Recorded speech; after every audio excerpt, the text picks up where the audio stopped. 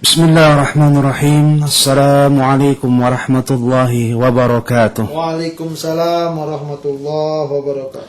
Alhamdulillahi rabbil alamin. Azza man qail, alladzi lahu mulku samawati wal ard wa lam yattakhis walada wa lam yakul lahu syarikun fil mulki wa khalaqa kulla syai'in faqaddarahu taqdira.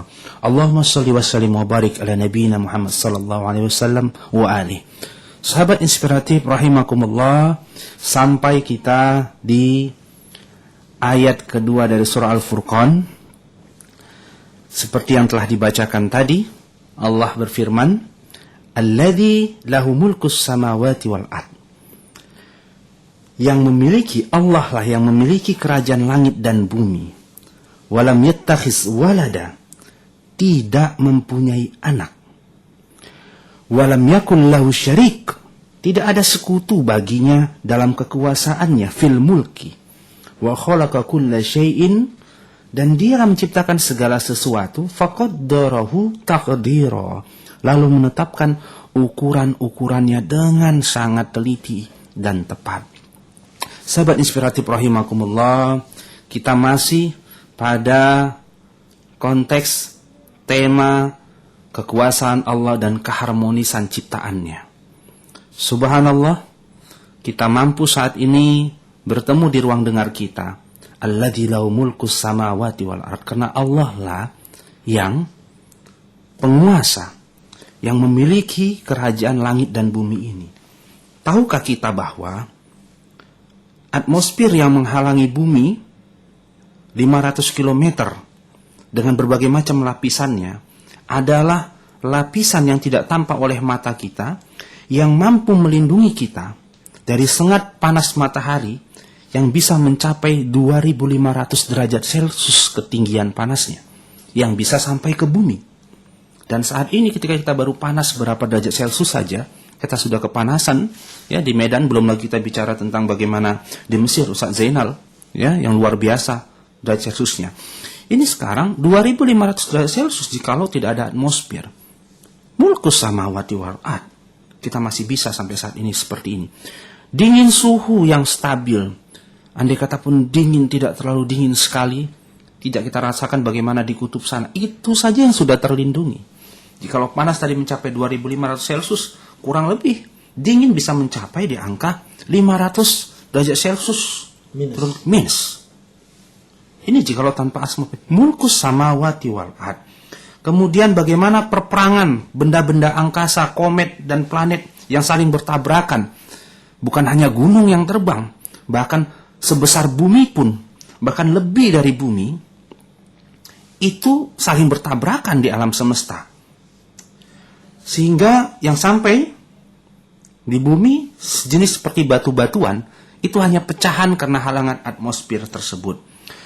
Subhanallah, itu yang disebut dalam ayat sebelumnya, tabarakallah, inna keberkahan Allah, sehingga terbuka jelas mata kita, mulkus samawati wal ard, walam yattakhis walada, wal awwal wal akhiru. Enggak ada kaitan Allah dengan mempunyai anak, dan tidak perlu harus punya anak untuk keberlanjutan alam semesta ini. Dia adalah malikul mulk, raja di raja. Raja yang memiliki, tidak semua raja bisa memiliki. Ada banyak raja di dunia ini, cuma tidak bisa memiliki masyarakatnya. Allah menguasai semuanya, bahkan nafas kita, nyawa kita. Sehingga istilah yang dikatakan oleh Ustadz Zainal tentang kafir neraka, walam yakul lahu syarik, ini kaitan dengan kesyirikan. Jikalau ada sekutu baginya, berarti kita melawan kekuasaan yang begitu hebat. Kejam dong Allah membiarkan orang, melahirkan orang, kemudian tujuannya untuk memasukkannya ke dalam neraka. Ngapain diciptain kalau untuk disiksa? Toh katanya hidayah dari Allah Subhanahu wa Ta'ala. Malikul mulki, Allah mengatakan dalam surah Al-Anbiya, salah satunya adalah la yus'alu amma yaf'al wa hum yus'alun. Enggak bisa kita tanya sama Allah apa yang dia lakukan. Wahum yus'alun, kita bisa ditanya. Raja-raja di muka bumi ini bisa ditanya. Allah nggak bisa ditanya. Kenapa? Malikul mulk. Allah yang raja di raja. Tidak ada pun kita semua, beriman pun kita semua, Tidak ada menambah maza dan mimulki syai'a. Demikian dalam hadis qudsi dikatakan. Wa khalaqa kulla syai', dan Allah yang menciptakan semuanya dari yang kecil yang besar, yang tampak dan tidak tampak, dari atom yang tidak tampak, kemudian alam semesta yang begitu luas, Allah yang menciptakan semuanya. Faqaddarahu taqdira, dan Allah yang mengatur persis bagaimana tumbuhnya alis di mata kita ini tidak sama seperti tumbuhnya rambut di kepala kita.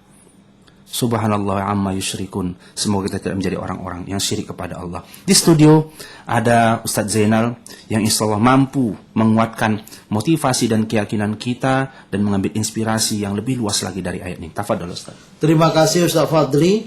Ayat kedua ini memiliki kolerasi munasabah yang begitu erat dengan ayat pertama. Ada Al-Furqan, ada pembeda. Kemudian ayat kedua menceritakan tentang Allah yang Maha Esa dan Maha Kuasa. Kemudian ayat ketiga besok disebutkan tentang orang-orang yang menjadikan Tuhan selain Allah atau mentuhankan Allah tapi juga Tuhan-Tuhan yang lain. Artinya semangat Al-Furqan dan pembeda ini telah begitu dipaparkan langsung di ayat kedua. Tidak basa-basi dahulu, ada pendahuluan prolog sekian ayat baru masuk kepada inti. Tidak. Artinya begitu pentingnya pembedaan ini sehingga di ayat kedua setelah dibuka dengan gambaran Al-Quran sebagai sumber pembeda itu, maka poin penting pertama apa yang perlu kita bedakan dalam hidup ini, apa yang perlu kita tanam di dalam mindset kita agar sukses dunia akhirat adalah bahwa Tuhan itu Allah yang Maha Esa.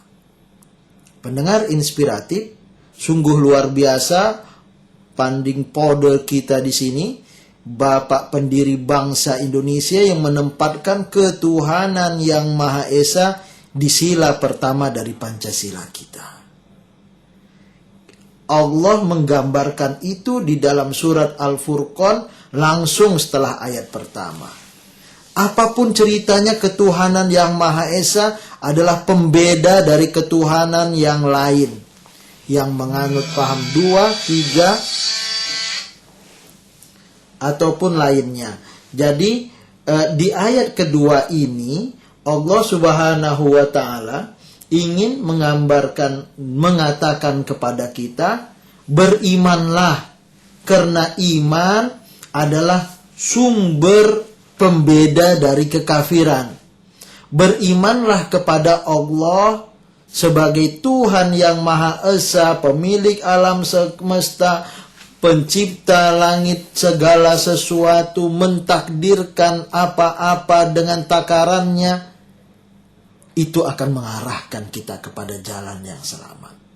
Kekafiran kita akan menyengsarakan kita. Jika kemudian kita mau selamat, ambillah iman. Jadi jangan berpikir seperti pernyataan yang dilansir oleh Ustaz Fadli di tengah masyarakat, kenapa Tuhan menciptakan manusia yang kafir kemudian menyampaikannya ke neraka? Maka sebenarnya jawabannya, pilihlah iman agar kita masuk surga. Kenapa kita mempertanyakan pilih kafir sementara kita bisa memilih iman itu? Ustaz Fadli. Syukran Ustaz Zainal. Sebentar Pak ya, silakan. Sahabat inspiratif, sampai kita satu pemahaman yang harusnya mendasar. Bagaimana kemudian kita mampu berpikir? Bagaimana kemudian kita mampu bertindak? Bagaimana kemudian kita mampu melakukan pembangkangan, penyingkapan tabir kebesaran Allah Subhanahu wa taala dalam kehidupan kita. Bahwa alladzi lahu mulkus samawati wal ard. Allah yang menggenggam langit dan bumi ini. Walam yattakhiz waladan walam yakul lahu syarik, tidak ada sekutu, lam yalid walam yulad, tidak beranak dan tidak juga memperanakkan. Wa khalaqul likulli syai'in, dan Allah yang menciptakan apapun dan siapapun di muka bumi ini. Maka faqaddaru taqdira, Allah juga yang mengukur dengan ukurannya. Mari kita dalam surah Al-Furqan ini kembali pada konsep dasar kita, Allah, ikhtiar Allah. Kita kembali kepada Allah selaku mulkus samawati wal ard. Kemudian kita berikhtiar sesuai dengan jalannya. Demikian yang dikatakan dalam beberapa penemuan ilmiah. Man does not stand, alone. Tracy Morrison mengatakan dalam bukunya, manusia tidak dapat berdiri sendiri. Maka siapa yang ingin sibuk dengan dirinya, dengan kekurangannya dan keterbatasan dalam hidup, silahkan dalam kekafiran dan sampai ketemu nanti di neraka. Maka barang siapa yang ingin hidupnya nyaman, tenang, damai, dan dengan penuh petunjuk itu, mari tinggal ikuti jalan itu. Bukan surga dan neraka yang menjadi masalah. Bukan kafir dan iman yang menjadi masalah. Masalahnya, kenapa Anda berpaling dari keimanan itu, sehingga Anda sendiri yang sampai menyampaikan diri kepada neraka. Dalam tafsir Ibnu Katsir dikatakan, kebesaran Allah dan kebebasan dari segala kekurangan atau bantuan disebutkan untuk menunjukkan betapa besar kesempurnaannya dalam menyatakan kehendaknya kepada kita. Wallahu a'lam bishawab. Al-'afwu minkum. Assalamualaikum warahmatullahi wabarakatuh. Waalaikumsalam warahmatullahi wabarakatuh.